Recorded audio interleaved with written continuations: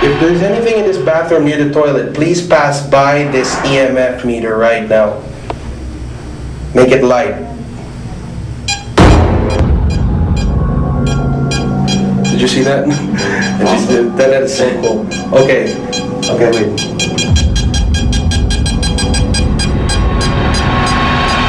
What we do is nag-record kami sa digital recorder, blank noise. In other words, just the ambient sounds.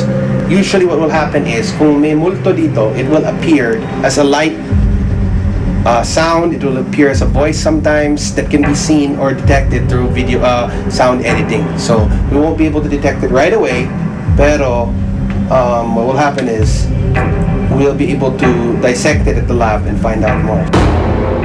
Matapos ang pagre-record ng tunog sa banyo, ginamit naman ni Jill ang isang itim na salamin. Dito raw maaari niyang makita at makausap ang kaluluwa. Babae. Siguro mga nasa 23, 24. Nandun. Tapos, parang nag-expression sa mukha niya, parang hindi ko, it's a cross between I'm pissed and I'm tired. Definitely hindi siya dito na dedo. But something about this area attracts her. Ang narinig ko sinasabi niya, ang gusto ko lang sana may makaintindi nung nararamdaman ko. So napapapadyak siya. Parang hindi niya na alam kung ano gagawin niya. Pagdating naman sa opisina, isang malingkot na kaluluwa naman ang naramdaman ni Jill. Kanina, nakikita ko kanina. Hindi siya nakikipag-usap. Maliit na bata. Tumakbo siya. Oh, kanina nandito, kaya nakaganon ako. Sabi ko, dito ka lang. Gusto kong may makuha ng reading. Kaya lang nung pinalapit ko sa room, dash po. Bata maliit. Lalaki.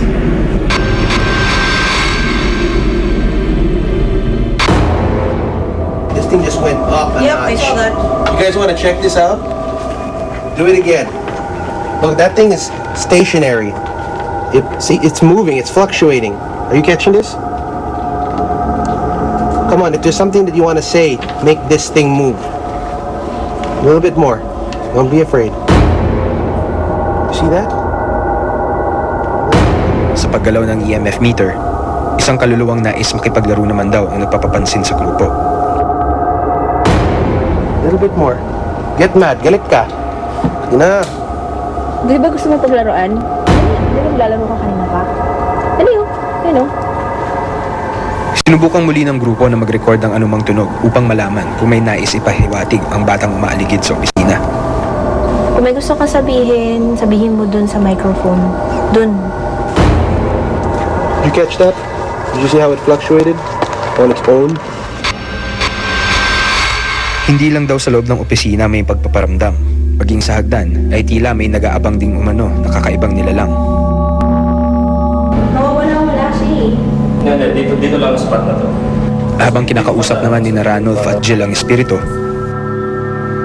si Rob naman may nadiskubre sa ikatlong palapag ng gusali. Yes, okay. You wanna talk? Make this thing go off. Don't run away. Hindi ko matakot. Ano? Yun. Hello! I just saw it. You're kidding me. What's in there? It's a plant! Okay, you tell me a plant that has electromagnetic fluctuations. Oh, napunder. No, that's impossible. Yung plant mismo? There's something in the plant. See? Oh. If there's something that wants to be connected, to be seen, make that thing go off. Like.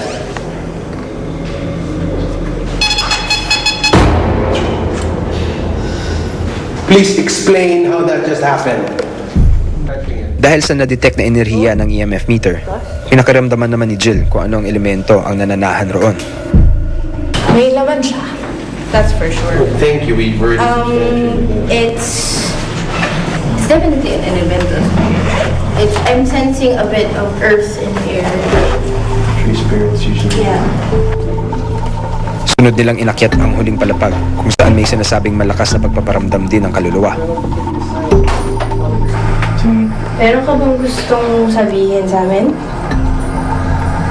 Ano yun? Naramdaman ko medyo siya.